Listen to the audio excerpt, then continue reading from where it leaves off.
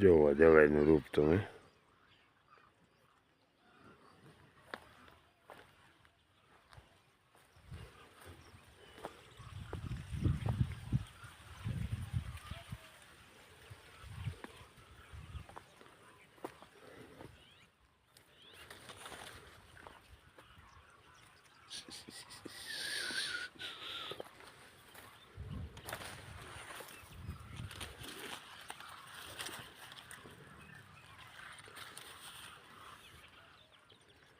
બધે વકડા જ લોથા છે ને અહીં વાર મીંચી ઊંચી વહી જાય પરખ આમાં દાણો કરવાનો વિચાર છે પક્ષીનો ત્રાસ પણ કદાચ રહેવું હોય તો રહે કામ થાય નહીં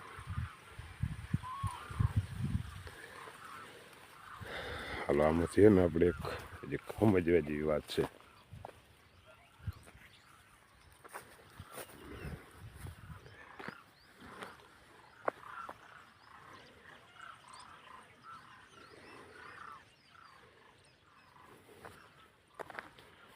અમુક છોડમાં જો નબળા હોય અમુક હબડા હોય અમુકના ડુંડા મોટા છે અમુકને નાના છે અમુક કાંઠે ઊંચી છે કે નાની છે પણ એમાંથી આપણે છે ને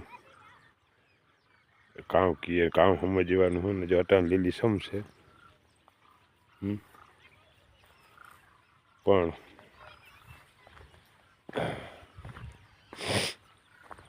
હમણાં 15-20 મહિનો જે ચાહે ને તો પાણી કાઢતા કાઢતા પીરી પડે જાય પછી ઉપાડે લે એટલે અવસ્થા બધાને આંબે એટલે આપણે તો ગર્વ નહીં કરવાનો કે આપણે આવા નવા રીહું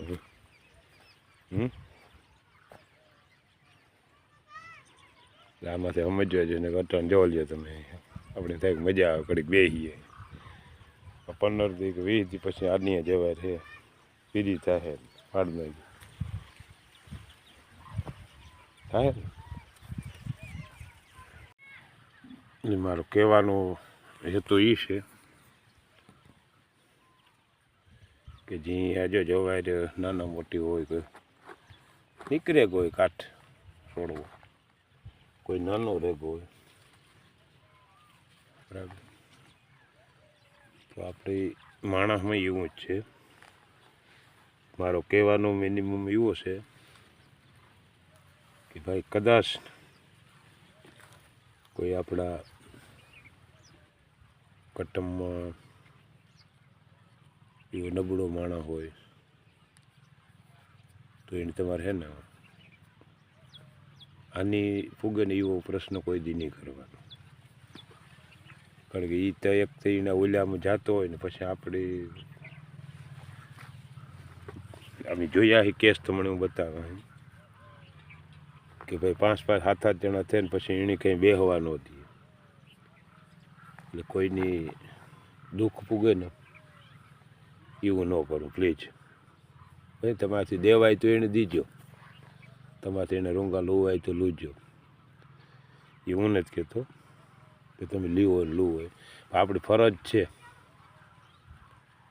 આજ એને રૂંગા પડતા કાલે આપણી પડી છે ને તે તો એ માણસ જે જેની દુઃખ વેઠેલ છે ને એ માણસને ખબર છે કે દુઃખ કેવું થાય એટલે બંને તો થોડોક આપણા બાપા હોય આપણા કાકા હોય આપણા ભાઈ હોય આપણા દીકરા હોય આપણા કુટુંબમાં કોઈ એવું હોય તો એને થોડો તો હું તો કહું કે થોડોક સાથ સહકાર તમે જીઓ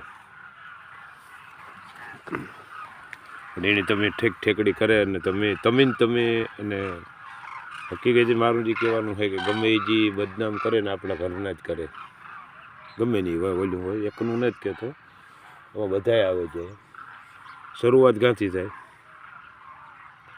આપણામાંથી જ છે તો આપણે આપણા કુટુંબનું કે જે કીધું એ બદનામ આપણે જ કીધું ને કદાચ નહીં પછી આપણામાંથી આવી છે તાર આપણે મજા નહીં આવે કેવા સારું નહીં આવે ને સમય છે ભાઈ કોઈને અભિમાન રાખીને હાલતા નહીં કે આજ મારા પાસે તે મારે કોઈની જરૂર નથી. એટલે કહેવાય છે ને કે 100 હાથીવાળો 1 હાથીવાળા પાસે ગોતો ને આ કહેવાય તે ખોટી નથી. ને સમય છે, ઘાર સમય પલટી મારી જાય અને ઘાર બાજી મારી જાય ને આપણી ખુદની ખબર નથી પડતી. અર્જુન જેવા અર્જુન હતા એની પણ કાબે લૂંટે લીધા હતા તો કોઈ બોલે નહોતું આવી ગયું. એટલે અર્જુનના ગાંડીવનું નામ પડતું ને તો આખા ભારતના પબ્લિક બીતી કે અર્જુન જેવો બાણાવાડી કોઈ નહીં. એ છતાં એનું નહોતું રહ્યું. મારો કહેવાનો અર્થ એ છે કે ભાઈ કોઈ પણ એવું નબળું હબળું હોય તો એને હાનિ ન પુગાડવાની, એને બહુ ઠેકડી નહીં કરવાની. દેવાય તો તમે એને આશ્વાસન આપો, કારણ કે આશ્વાસન દેવું એ આપણી ફરજ છે. ગમે જીવો હોય છે તો એ આપણો છે ને. એટલે આપણે મનને સમજાવે. કોઈ કહેતું હોય તો કહેવાય કે ભાઈ તમે રહેવા દો, આ ઝીણો સમય છે, કાલે આપણો છે. તો એવો સમય જ્યારે આવી છે ત્યારે આપણે બહુ વહેમું લાગીએ. જેની દુઃખ વેઠેલી છે ને એ કદાચ તમારા માથે વીપતું પડી ગયું છે ને તો એ ઓલું નહીં કરે, કારણ કે એની ખબર છે કે દુઃખ વસ્તુ કેવી છે.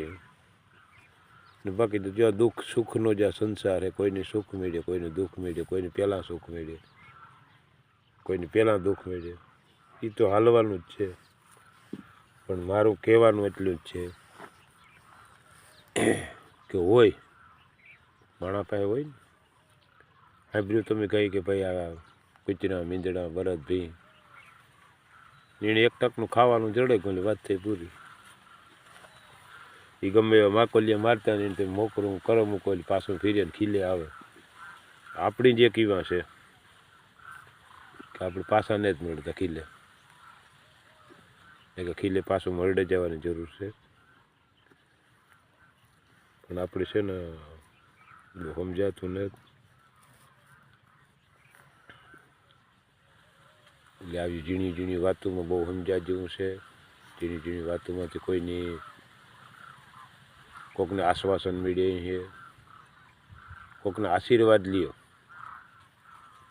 ગમે એને ન દેવાય તો એવું કંઈ નથી કે તમે દિયો જ, બરાબર. તમારે થાય એટલું કરો,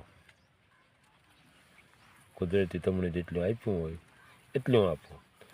પણ મારો કહેવાનો અર્થ એ છે કે તમે તમારા મનને સમજાવે અને કોઈની પણ આપણા પ્રત્યેથી પૈસા પર દુઃખ ન થવું જોઈએ. કોઈની નિંદા ન કરવી, કોઈની પરાઈ ન કરવી, કોઈને હસી ન કરવી. કારણ કે મહાપાપ જો હોય ને તો આ કોકની નિંદા કરવી, કોકને હસી કાઢવી, આના સમાન પાપ ને. આ સંતો કેગા એટલે હું તમને કાંઈ પણ તમને જો સમજાય ને તો થાય. તો એ તમારો સમય તમારા માટે સારું રહે. મારે કંઈ આમાં છે નહીં. હું તો તમને રોગો કે જુઓ કે ભાઈ અહીં કરવાથી અહીં થાય, અહીં કરવાથી અહીં થાય. એટલે શેતવાનો એ જે સમય છે શેતે જાઓ, જે થાય બધું ખોના કર્મને આધીન થાય. એ કંઈ નથી પણ થાય માણસની થાય. પૈસો ટકો મોલ મોલાયત, મેળિયું ઘોડિયું, ગાડીયું મોટરું, બીજાને જ નથી થતા. તમે કોઈ દે સાંભળ્યું કે ભાઈ પાડવા જીપ લઈને જતો હતો હે, કે ભાઈ ગુજરાત હેલિકોપ્ટર લઈને જતો હતો. કારણ કે એની માયાની પડી ને આપણી માયાને વાહે ગાંડા તૂર થેગા. અને માયામાંથી પછી અભિમાન આપણે એટલું ઠહાઈ ગયું કે એની વાત કરોમાં તમે. એટલે થોડું ઠરતું ખાજો. ઊનું ખાવામાં હે ને આપણે દાજે છે, ઉતરે નહીં. મારો કહેવાનો પાવર એ છે કે ઝીણું ઝીણું થઈને રહ્યો. મોટું થવામાં બહુ મજા ને હોય તો એને સારી રીતે ઉપયોગ કરો, સારી રીતે સારા ઠેકાણે વાપરો, તો તમારી આવતી પેઢીની પાછું કાયમ આવી છે. આને કંઈ ગાઢ ખબર પડી છે જ્યારે આપણી 50-55 વર્ષની ઉંમર થાય પછી આપણે ખબર પડે કે આ ગધેડીનું નો કીધું હોત તો પછી માણસ આપણે સાંભળવો ફૂટકે ને તો પછી આપણે શરમ થાય.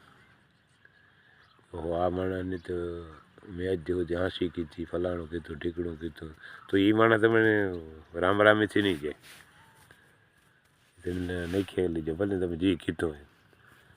પણ આપણે વિના કારણે કામ કરવા કોઈકની નિંદા કરવી જોઈએ. એટલે પ્લીઝ આ બધું બંધ કરજો. આ બધી સમાજમાં હાલે, એકમાં નહીં ચાલતું. એટલે આ પાછળ જતાં આપણે સારું રહીએ, આપણી પ્રજાને સારું રહીએ. આપણે સંસ્કાર સારા દીધા છે તો આપણી પ્રજામાં આવી છે. બાકી તો આપણે સંસ્કાર ન દીધા કોઈના લીધા ન હોય, આપણે હીને હા જ આખી જિંદગી કીધું હોય તો ભાઈ પ્રજાએ પછી એ જ કરવાની છે. પછી કહે કે પ્રજા હમણાં આ કરે, પ્રજા આ કરે, પછી પ્રજા એ જ કરવાની છે. એનું પરિણામ એ છે આપણે જ પહેલો પાયો રોપીએ.